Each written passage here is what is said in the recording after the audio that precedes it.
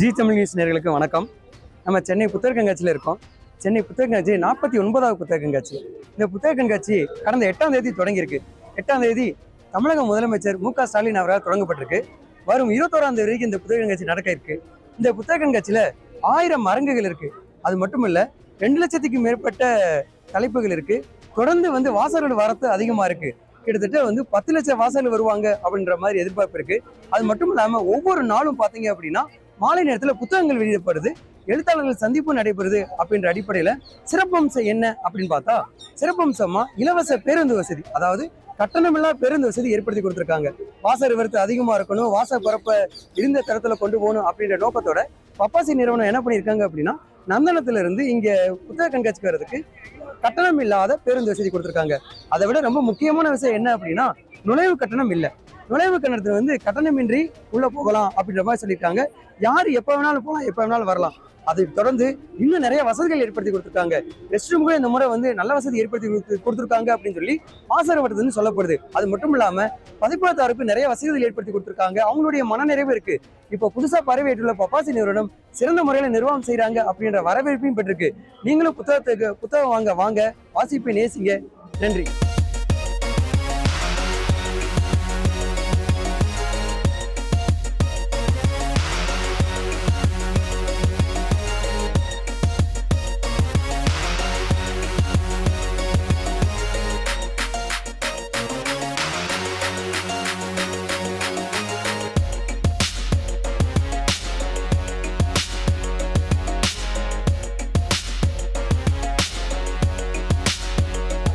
G Tamil news நேயர்களுக்கு வணக்கம். நம்ம சென்னை 49 புத்தக கண்காட்சியில் இருக்கோம். இந்த புத்தக கண்காட்சியில் காலச்சூடு அரங்கில் காலச்சூடு கண்ணன் அவரோட உரையாட இருக்கும். வணக்கம் சார். வணக்கம். சார், நம்ம ஒவ்வொரு ஆண்டும் தொடர்ந்து பேசிக்கிட்டே இருக்கோம். அந்த அடிப்படையில் இந்த 49வது புத்தக கண்காட்சியில் என்னென்ன புத்தகங்கள்லாம் உங்களுக்கு புதிய வரவா வந்திருக்கு? இந்த ஆண்டு இப்போ நாங்கள் முந்தியெல்லாம் ஒரு 5 ஆண்டுகளுக்கு முன்னாடிலாம் எப்படி பார்த்தீங்கன்னா, பெரும்பான்மையான எல்லா புத்தகங்களும் நாங்கள் டிசம்பரில் வெளியிடுவோம். அப்படிதான் தமிழ் பதிப்புச்சூழலும் இயங்கிட்டு இருந்தது. இப்போ நிறைய புதிய புத்தகச்சந்தைகள் உருவாயிருச்சு. இதை தானாக உருவான புத்தகச்சந்தைகளும் உண்டு. அரசுடைய திட்டப்படி ஒவ்வொரு மாவட்டத்தில் நடக்கக்கூடிய புத்தகச்சந்தைகளும் இப்போ எல்லா மாவட்டத்திலும் நடக்குது. இந்த ஒரு புதிய சூழலுக்கு ஏற்ப நாங்கள் இப்போ என்ன பண்ணுறோம்னா, கிட்டத்தட்ட ஒரு மார்ச் மாதத்துலேருந்து ஆரம்பித்து மாதந்தோறும் புத்தகங்கள் வெளியிட்டே வரும். கடைசி டிசம்பரில் ஒரு 30-40 புத்தகங்கள் வரும். அந்த மாதிரி அதை மாற்றியே அமைச்சுக்கிட்டு இருக்கோம். ஸோ கொஞ்சம் புத்தகங்கள் புதுசாக மதுரை புக் ஃபேருக்கு வரும், ஈரோடுக்கு வரும், கோவைக்கு வரும். அந்த மாதிரி அது போயிட்டுருக்கு. அப்படியே போட்ட புத்தகங்கள் போக இப்போ திரும்ப சென்னை புத்தக சந்தைக்கு ஒரு 40 புத்தகங்கள் கிட்ட இப்போ திரும்பியும் வெளியிட்டிருக்கோம். இப்போ இந்த புதிய புத்தகங்களில் நான் கவனிக்கக்கூடிய இளம் எழுத்தாளர்கள்னு சொன்னீங்கன்னா ஒரு 3 புத்தகங்களை சொல்லலாம். ஒன்று மரண ஜீவிதம்ங்கிற சிறுகதை தொகுப்பு. இவர் ஏற்கனவே ஒரு கட்டுரை தொகுப்பு வெளியிட்டிருக்காரு, கறி விருந்தும் கவளி வெற்றிலையும் சொல்லி. அது வாழ்க்கை அனுபவம் சார்ந்த கட்டுரைகள். அது நல்ல கவனம் கிடைச்சது. இப்போ அவருடைய சிறுகதைகள் இப்போ புத்தகமாக வந்திருக்கு. இவரும் ஒரு இளம் எழுத்தாளர், புதிய எழுத்தாளர். புளித்த அப்பம்னு சொல்லி ஜார்ஜ் ஜோசப் புத்தகம் நல்லாவே விற்பனை ஆகிட்டு இருக்குது. நல்ல கவனம் கிடைக்குது அவருக்கு. புதிய எழுத்தாளர்கள் வரும்போது ஒரு முக்கியமான விஷயம் என்னன்னா, அவங்களுக்கு இயல்பாக வாசக கவனம் குறைவாக இருக்கும். இந்த வாசக கவனம் பெறத்துக்கு பல ஆண்டுகள் நடக்குது. இப்போ இந்த மாதிரி எழுத்தாளர்களுக்கு இப்போது ஓரளவுக்கு உடனே கவனங்கள் கிடைக்குது. அது ஒரு நல்ல விஷயம். அந்த விதத்தில் இந்த தொகுப்பும் நல்ல கவனம் கிடைச்சிருக்குது. இது சதீஷ் அப்ரிகேன்னு சொல்லி பெங்களூரில் தென்னிந்திய மொழிகளுக்காக புக் பிரம்மான்னு ஒரு இலக்கிய விழா தொடர்ந்து நடந்துகிட்டு இருக்கு. அதோடைய இயக்குனர் அவர் ஒரு நாவல் எழுதியிருக்கார்.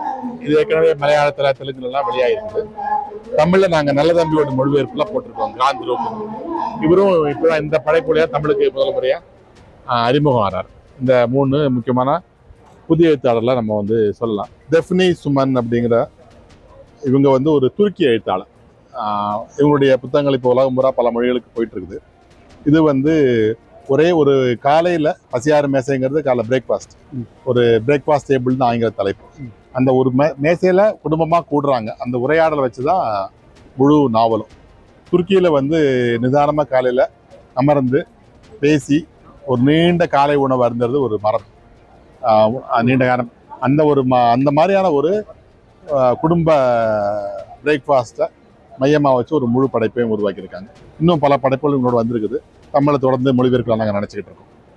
தெஃப்னே சுமன் பசியாறு மேசை வைணவ இலக்கிய வகைகள் மாப்பே ஸ்ரீனிவாசன் அவருடைய புத்தகம், பெரிய வைணவ அறிஞர் இவர். தோப்பாவுடைய பரிந்துரையோட வந்திருக்குது. தோப்பாவுக்கு மிக நெருக்கமான நண்பர், பரஸ்பரம் மிகுந்த மதிப்புக்குரிய அறிஞர்களாக இருந்தார்கள். அவருடைய அந்த புத்தகம் வந்து கடந்த ஆண்டு நாங்கள் இறுதியில் வெளியிட்டோம். தொடர்ந்து நல்ல கவனம் பெறக்கூடிய புத்தகமாக இருக்குது. கூழைக்கண்ணன் வந்து சில ஆண்டுகளுக்கு மேலே காலம் ஆயிட்டார். என்னுடைய மிக நெருங்கிய நண்பர். அவர் வாழ்ந்த காலத்தில் அவருடைய கவிதைகள் ஓரளவுக்கு அறியப்பட்டிருந்தது. அவர் மரணத்துக்கு பிறகு அவருடைய மிகுந்த நெருங்கிய நண்பர்கள் ஜெயந்தி என்பவரும் என்னுடைய நண்பர் ஏஎம் கானும் இணைந்து அவருடைய கவிதைகள் எல்லாம் தேடி எடுத்து தொகுத்து இந்த புத்தகத்தை வெளியிட்டிருக்கிறார்கள். சமீபத்தில் சேலத்தில் வந்து இவர் சேலத்துக்காரர் மாவட்ட ஆட்சியர் வந்து ஒரு நிகழ்ச்சியில் இந்த கவிதை தொகுப்பு வந்து வெளியிட்டாங்க. சீனத்தில் வந்து நேரடியாக தமிழில் மொழிபெயர்க்கப்பட்ட நூல். அப்படி தமிழில் வந்து 2-3 புத்தகங்கள் தான் இது வரைக்கும் வந்திருக்குது.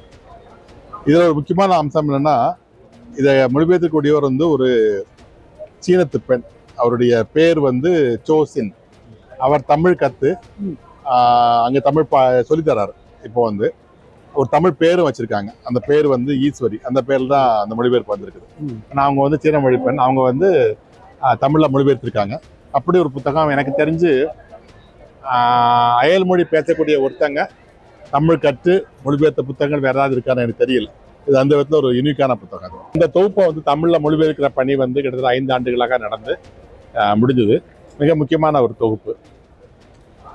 திர்தீப் சுகுர்த் அப்படிங்கிற ஒரு அறிஞர் காந்தியுடைய தன் வரலாறு புத்தகத்தை எடுத்து அதை காந்தி முதல்ல குஜராத்தில் எழுதுறாரு.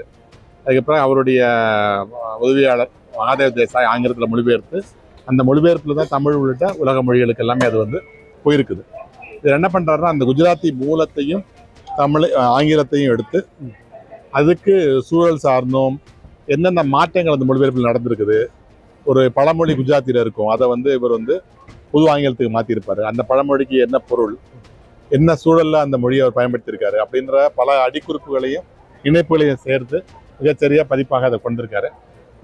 திர்தீப் சுகுர்த் வந்து நீண்ட காலமாக காந்தி சார்ந்த பணிகளில் மிகப்பெரிய உழைப்பை போட்டிருக்கூடிய அறிஞர். தமிழில் வந்து சுனில் கிருஷ்ணன் வந்து அதை மிகுந்த முயற்சி எடுத்து தமிழில் மொழிபெயர்த்திருக்காரு. மிக முக்கியமான புத்தகம் இது. வந்து நல்ல கவனமும் கிடச்சிருக்குது. இதுதான் நான் அறிமுகப்படுத்த 5வது புத்தகம். புதிய எழுத்தாளர்கள் வாசிக்க வேண்டிய புத்தகங்களை அறிமுகம் செஞ்சீங்க. வகைமைன்னு பார்க்குறப்ப இலக்கியத்தில் புதிய புதிய வகைமையெல்லாம் வந்து அறிமுகப்படுத்திக்கிட்டே இருக்கீங்க. இந்த முறை ஏதாவது புதிய வகைமை வந்திருக்கா? அதாவது சிறுகதை, கவிதை, கட்டுரை, அது மாதிரி அந்த வரிசையில்.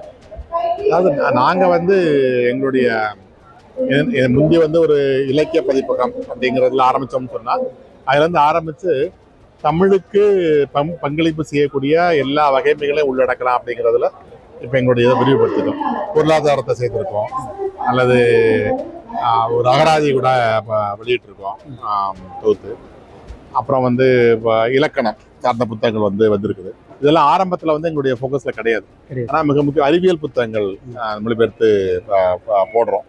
அப்படி வந்து தமிழுக்கு பங்களிக்கக்கூடியவங்க எந்த துறையை சார்ந்து வந்தாலும் அவங்களை ஊக்கப்படுத்தி அவங்களோட பணியாற்றி அந்த துறை சார்ந்த புத்தகங்களை போடணும் அப்படிங்கிற நோக்கம் வந்து விரிவடைந்து கொண்டே போகிறது. அதை நீங்கள் வந்து உள்ளே போய் அந்த எல்லா சான்ஸையும் பார்த்தீங்கன்னா பல்வேறு வகைமைகள்லாம் புத்தகங்கள் வந்து இருக்கிறத பார்க்கலாம். குறிப்பாக இந்த ஆண்டு வந்து என்ன வகைமைன்றதுக்கு எனக்கு புதுசாக ஒன்றும் உடனடியாக சொல்ல முடியல. ஆனால் பல வகைமைகள்லாம் வழக்கம் போல வந்து 15-20 வகைமைகளில் புத்தகம் வந்து இந்த ஆண்டு வந்து வந்திருக்குது.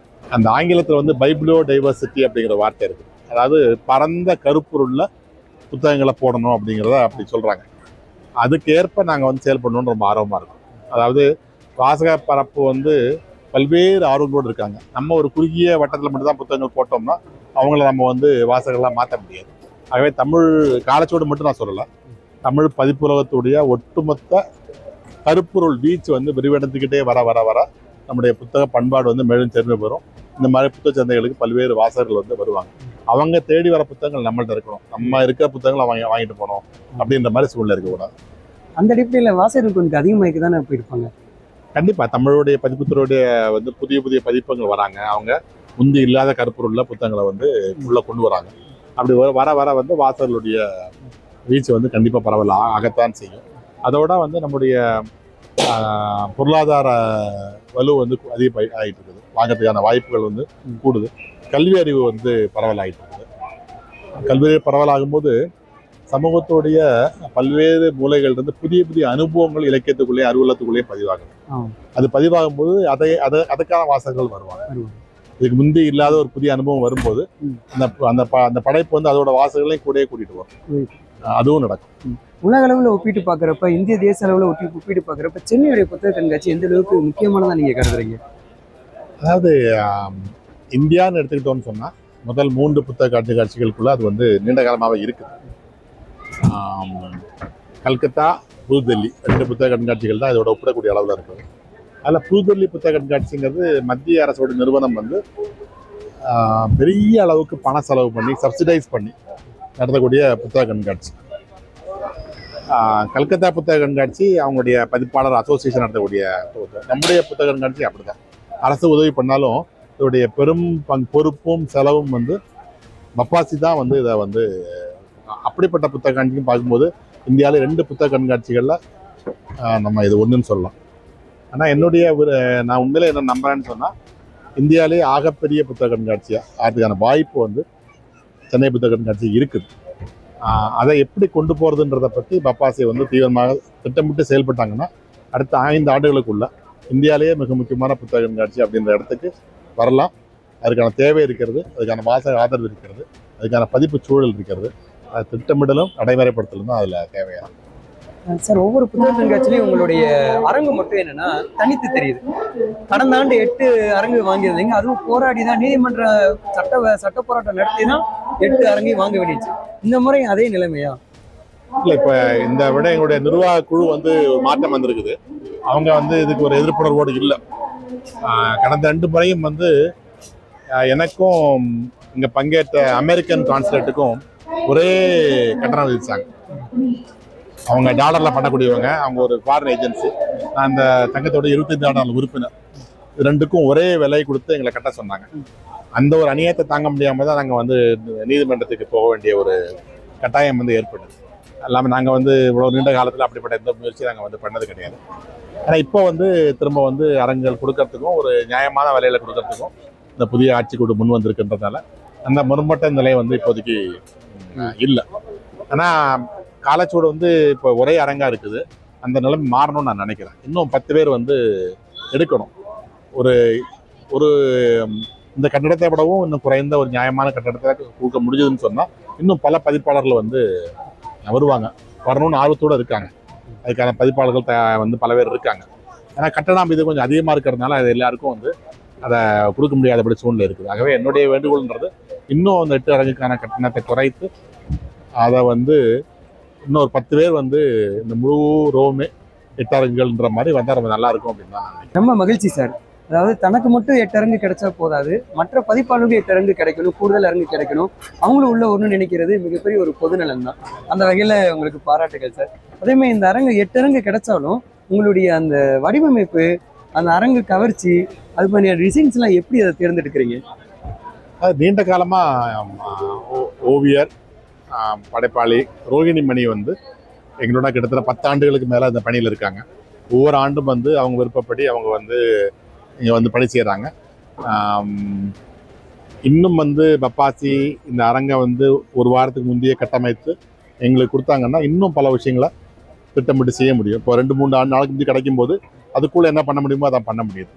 இதுதான் இடம், இதுதான் அவங்க இடம் அப்படின்னு சொல்லி ஒரு 10 நாள் முந்தைய மார்க் பண்ணி கொடுத்துட்டாங்கன்னு சொன்னால் நாங்கள் வந்து இன்னும் கூட இதை வந்து சிறப்பாக பண்ணுறதுக்கு ரெடியாக இருக்கோம். இன்னும் பலரும் ரெடியாக இருக்காங்க. நான் மட்டும் இல்லை, இன்னும் பலரும் செய்வாங்க.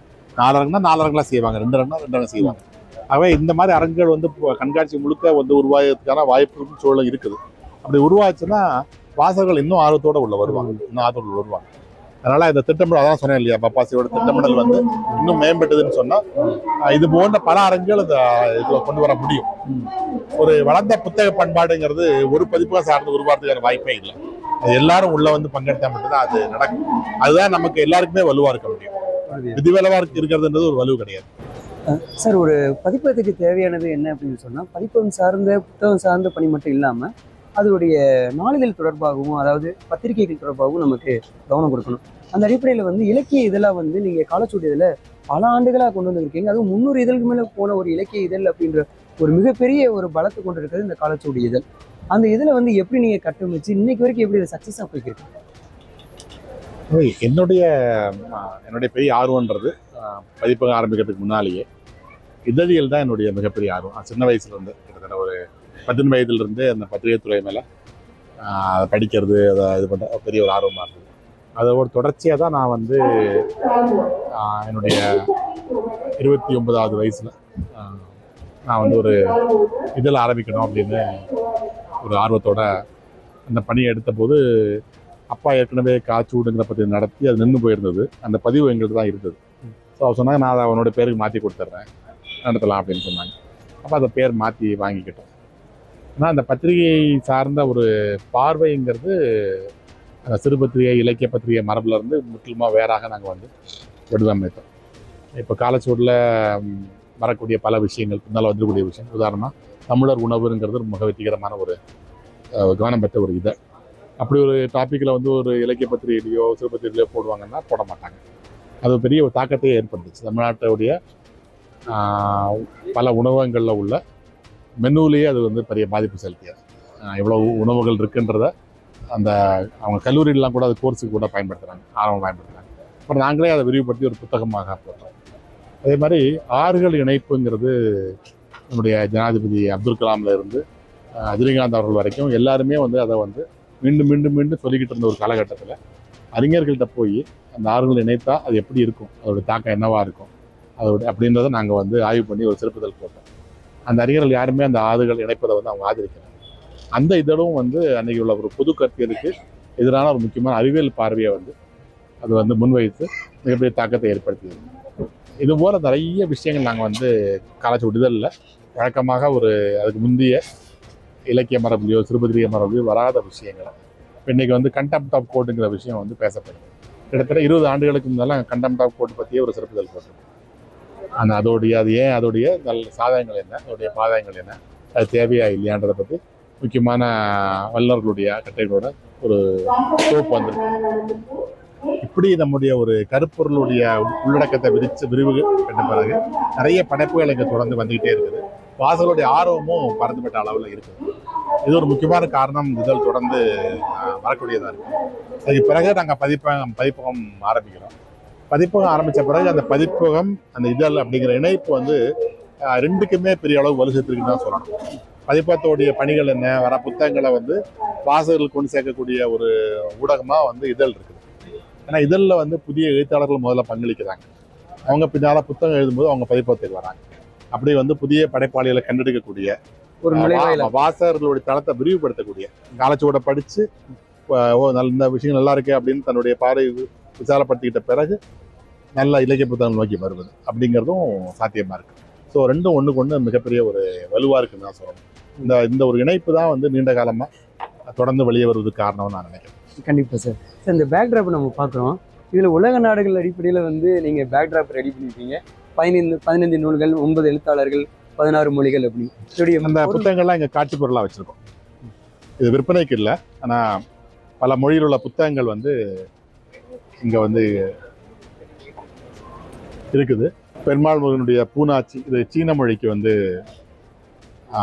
வெளியான புத்தகம். இது சுகுமாரனுடைய நாவல், ஆங்கிலத்தில் ஜெகநாரான்ற தலைப்பில் வந்து. இப்போ இது நேற்று வந்த புத்தகம் சல்மாவுடைய கடைசி நாவல் அடைக்கும் தாள். அது வந்து த பைண்டிங்கிற தலைப்பில் பேன் மேக்வெல்லன் போட்டிருக்காங்க. நேற்றான புத்தகம் கையில் கிடச்சி. அப்படி பல இந்திய மொழிகள், மலையாளம், தெலுங்கு, கன்னடம் எல்லாத்துலேயுமே நூல்கள் வந்து வெளிவந்திருக்குது. எனக்கு வந்து 2007 ஆண்டு ஒரு ஃப்ராங்க்ஃபர்ட் புத்தகச்சந்தைக்கு போகக்கூடிய ஒரு வாய்ப்பு கிடைத்தது. நான் அதுக்கு முந்தைய புதுதில்லிக்கு போயிட்டு இருந்தேன். வேர்ல்டு புக் ஃபேருக்கு. அங்கே இதை பற்றி அறிஞ்சு நான் அங்கே போக ஆரம்பித்தேன். அங்கே போனது தான் வந்து எனக்கு வந்து உலக படைப்புகளை தமிழில் கொண்டு வருவதற்கான உரிமைகளை வாங்குவதற்கும் நம்முடைய படைப்புகளை உலகத்துக்கு கொண்டு போவதற்கான ஒரு வாசகங்களை திறந்து விட்ட ஒரு அனுபவம்னு சொல்லணும். அது வந்து அங்கே நான் முதல் முறையாக போன போது அங்கே வந்து தமிழ்னு ஒரு மொழி இருக்குன்னு யாருக்கும் தெரியல. ஆகவே என்னுடைய கேட்லாகில் கூட நான் வந்து தமிழை பற்றி ஒரு குறிப்பு சேர்த்துருக்கேன் என்னுடைய ரைட்ஸ் கேட்லாகில். அப்படி சேர்த்து மெதுவாக முயற்சி எடுத்து அம்பையுடைய சிறுகதைகள் வந்து பிரெஞ்சுக்கு போச்சு. சல்மாவுடைய நாவல் வந்து கலீஷனுக்கும் ஜெர்மனுக்கும் போச்சு. இதெல்லாம் பெருமாமுருகன் வந்து படைப்புகள் போகிறதுக்கு முந்தைய நடந்த விஷயங்கள். அப்புறம் பெருமாமுருகனுடைய படைப்புகள் வந்து பல மொழிகளுக்கு அதை கொண்டு போகப்படுது. அப்புறம் சுந்தர ராமசாமி, ஜி நாகராஜன், ஹெப்சிபா ஜெயசுதாசன், சல்மா, முத்துலிங்கம், செல்லப்பா, செல்லப்பா, இவங்க எல்லாருடைய படைப்புகளும் இன்னைக்கு வந்து பிற மொழிகளுக்கு கொண்டு போகிறதுக்கான ஒரு வாய்ப்பும் சூழலும் உருவாயிருக்கு. இது நான் வந்து கிட்டத்தட்ட ஒரு 2007 பல ஆண்டுகள் அந்த பணியில் பண்ணி ஓரளவுக்கு புத்தகங்களை கொண்டு போகக்கூடிய நிலையில் வந்து இப்போது ஒரு 3 ஆண்டுகளாக தமிழக அரசோடைய முயற்சியில் சென்னை இன்டர்நேஷனல் புக் ஃபேர் நடக்குது. அது வந்து இன்னும் வந்து ஊக்கம் தரக்கூடிய ஒரு விஷயமா இருக்குது. ஏன்னா தமிழ் படைப்புகளை தேடியே உலக பதிப்பாளர்கள் வராங்க. இப்போ நம்ம அவங்கள வந்து அவங்களுடைய கவனம் சேராமல் தமிழ் படைப்புகளை பற்றி அவங்கள்ட்ட பேச முடியுது. அதை மொழிபெயர்க்கிறதுக்கு அரசு வந்து நிதி உதவி கொடுக்கும்போது அவங்களுக்கு இன்னும் ஆர்வமாக வந்து அந்த விஷயங்களை பண்ண முடியுது. ஆகவே இன்னும் கூட பல படைப்புகள் வந்து உலகத்துக்கு போகக்கூடிய சூழல் உருவாயிருக்குது. இதெல்லாம் சேர்ந்து தான் நாங்கள் வந்து இந்த விஷயத்தை வந்து இந்த இதில் கவனப்படுத்தியிருக்கோம். அடுத்ததாக இப்போது 16, 17, 18 சென்னை பன்னாட்டு புத்தக சந்தை வந்து நடக்க போகுது தமிழக அரசுடைய முயற்சியில். அதில் நாங்கள் கலந்துக்குவோம். ஆகவே அந்த சூழலில் இந்த ஒரு போஸ்ட் நாங்கள் பண்ணியிருக்கோம். காலச்சூடு வந்து தமிழ் இலக்கிய சூழல் சார்ந்து மட்டும் இயங்கலை, உலக பரப்பளவுலையும் தமிழ் இலக்கியத்தை கொண்டு போகிறது, அங்கேருந்து அகிமொழியில் கொண்டு வருது அப்படின்ற பன்னாட்டு பணிகளையும் நீங்கள் செய்துட்டு வருது ரொம்ப தேவையான ஒன்றாக இருக்குது. இந்த அடிப்படையில் வந்து மொழிபெயர்ப்பு அப்படின்றத எப்படி வந்து நம்ம உள்ளே கொண்டு வர்றது, அதாவது அதுக்கான அனுமதி எப்படி பெறுவது அப்படின்னு சொல்லி சொன்னீங்கன்னா நல்லாயிருக்கும். அது ஆரம்பத்தில் வந்து அனுமதி பெறது, நான் ஆரம்பத்து காலகட்டத்தில் இணையம்ன்றது அவ்வளோ சகஜமாக இருக்கல, வந்துருச்சுது, ஆனால் அவ்வளோ சகஜமாக இருக்கல. இப்போ எனக்கு வந்து நான் ஃப்ராங்க்ஃபர்ட்டுக்கு போனேன், அல்லது லண்டன் புக் ஃபேருக்கு போனேன், அல்லது இன்னும் பல நாடுகளுக்கு நேரடியாக பயணித்து தான் அவங்கள பதிப்பாளர்களோட தொடர்பு கொண்டு அவங்க படைப்புகளை பார்த்து அப்புறம் அவங்களோட மின்னஞ்சலில் தொடர்பு கொண்டு உரிமைகள் வாங்கி பண்ணோம். அது வந்து கொஞ்சம் கால அவகாசமும் ஆமாம் நிறைய பொருளாதார செலவு முயற்சிகள் தேவைப்பட்ட ஒரு காலகட்டம். இப்போ உள்ள பதிப்பாளருக்கு ஒரு புதிய வாய்ப்பு என்னென்னா வந்து தமிழக அரசுடைய சொன்ன மாதிரி சென்னை இன்டர்நேஷனல் புக் ஃபேரில் இந்த ஆண்டு நான் நினைக்கிறேன் 100க்கும் மேற்பட்ட நாடுகளிலிருந்து அவங்களே வராங்க. இங்கே இப்போ நம்ம பதிப்பாளர் அங்கே போனாங்கன்னா அவங்க சந்தித்து அவங்க படைப்புகள் சிறந்த படைப்புகள் என்னன்றதை பார்த்து அதை மொழிபெயர்க்கிறதுக்கான உரிமையை அங்கேயே பேசி வாங்க முடியும். இது வந்து ஒரு பெரிய வாய்ப்பு. அதை பயன்படுத்துகிறாங்கன்னு சொன்னால் திரும்ப நான் சொல்லக்கூடிய விஷயம்தான், தமிழோடைய அந்த பைபிளியோ டைவர்சிட்டி பல்வேறு மொழிகளில் இருந்து மொழிபெயர்ப்புகள் வரும்போதும் நீங்கள் ஆரம்பத்தில் பார்த்தீங்கன்னா வந்து பெரும்பாலும் ஆங்கிலத்திலேருந்து கொஞ்சம் வந்திருக்கும், கொஞ்சம் யூரோப்பிய மொழிகள்லேருந்து ஒன்று வந்திருக்கும், ஃப்ரெஞ்சிலேருந்து ஒன்று வந்திருக்கும், ஜெர்மன்லேருந்து ஒன்று வந்திருக்கும். அப்படின்னு ஒரு யூரோ சென்ட்ரிக்கான ஒரு விஷயம் தான். அதுவும் பெரும்பான்மை மொழிகள் சார்ந்து. நான் இப்போ போன பிறகு சிறு சிறு மொழிகளை தேடி டர்க்கிஷு, நார்வேஜியன், ஃபின்னிஷு, ஐஸ்லாண்டிக் அப்படி தேடி எடுத்து போட்டோம். இப்போ இன்னும் 100 நாடுகள்னா எல்லா நாடுகளும் தான் வராங்கன்னு தான் எடுத்துக்கிட்டோம். நீங்கள் இப்போ போனால் வந்து பல்வேறு மொழிகள்லேருந்து படைப்புகளை நம்முடைய படைப்பாளர்கள் நம்முடைய பதிப்பாளர்கள் கொண்டு வந்தாங்கன்னு சொன்னால் மீண்டும் அடுத்த பல ஆண்டுகளில் வந்து நம்முடைய புத்தகத்துடைய வீச்சுகளை இன்னும் பரவலாம். அதுக்கான பெரிய வாய்ப்பாக நினைக்கிறேன். ரொம்ப மகிழ்ச்சி சார். அதாவது தமிழ் மொழி மட்டும் இல்லை, தமிழ் இலக்கியம் சார்ந்து நீங்கள் வந்து பல்வேறு பணிகளை நீங்கள் செஞ்சுக்கிருக்கீங்க. எங்களோட தொடர்ந்து உரையானதுக்கு மிக்க நன்றி சார். நன்றி, வணக்கம்.